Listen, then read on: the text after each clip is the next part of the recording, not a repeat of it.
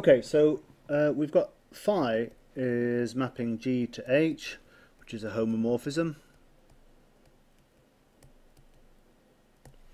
We've established that the kernel of this homomorphism is a subgroup, a normal subgroup of G, and I'm going to write n equals the kernel of phi, simply because it's easier to write. So we know that n is a normal subgroup of G. And we've established that G over n, or G slash n, or G quotient of n by G, of G by n, anyway, this thing here is a group, because we went through all the axioms for it. But what is it? I'm going to show that G over n is isomorphic to the kernel, no I'm not, it's the image of phi. So G over, remember I'm just writing n as a shorthand, G over kernel phi is isomorphic to im phi. What's the image of phi? Well, the image of phi is x such that there exists, I don't know, y in G with f of y equals x.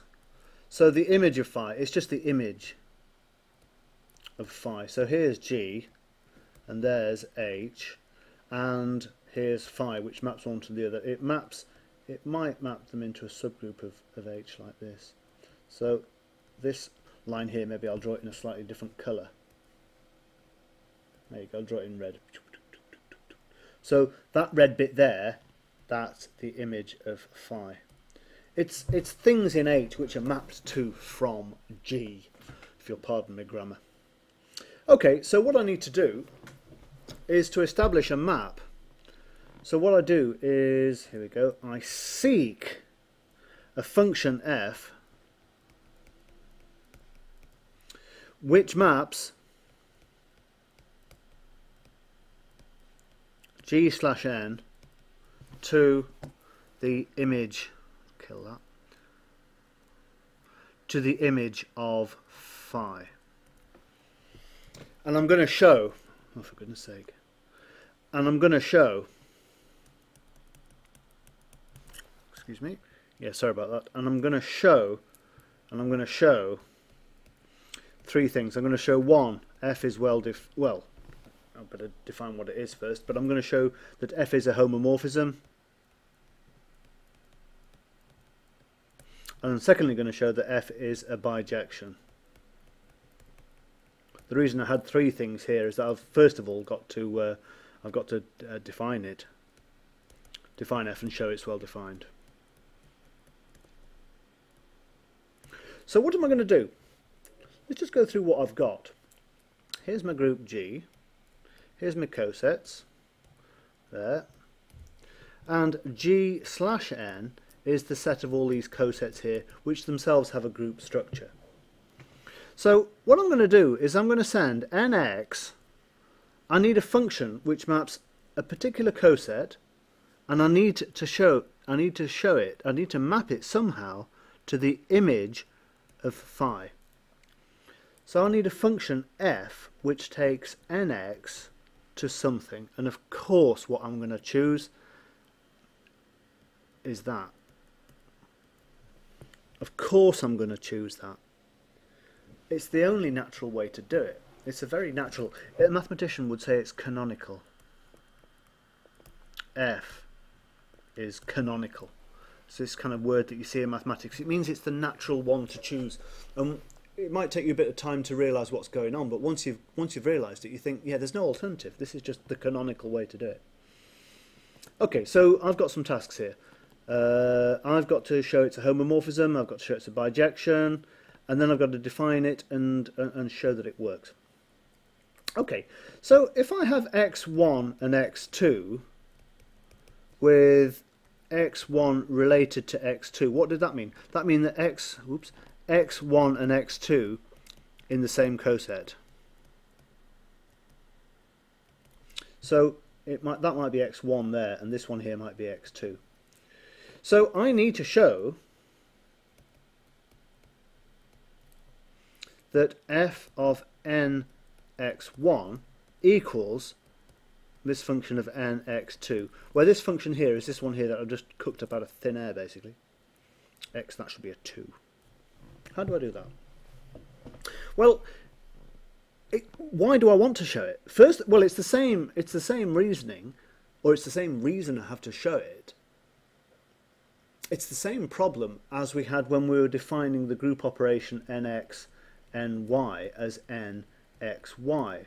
You'll remember that if I picked a different representative for the coset itself was the same. It's just that we picked a different x in our cosets. We picked, instead of this one here, we picked that one there. But we needed to prove that this coset was unaffected by that choice. And it's the same deal here. So how do we do it?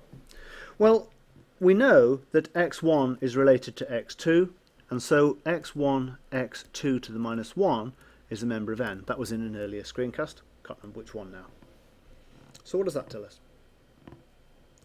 Well, that tells me that... What does it tell me? Well, I need to show that f of nx1 equals f of nx2. Well, what's that one? That's equal to phi of x1, and this one is equal to phi of x2. That's just the definition. So I want to show that those two are equal. Okay, well, let's have a think about that.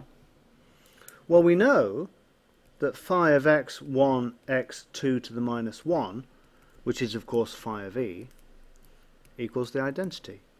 And so phi of x1, phi of x2 to the minus 1 equals identity, because I'm taking my phi and I'm just decomposing it using the fact that phi is a homomorphism.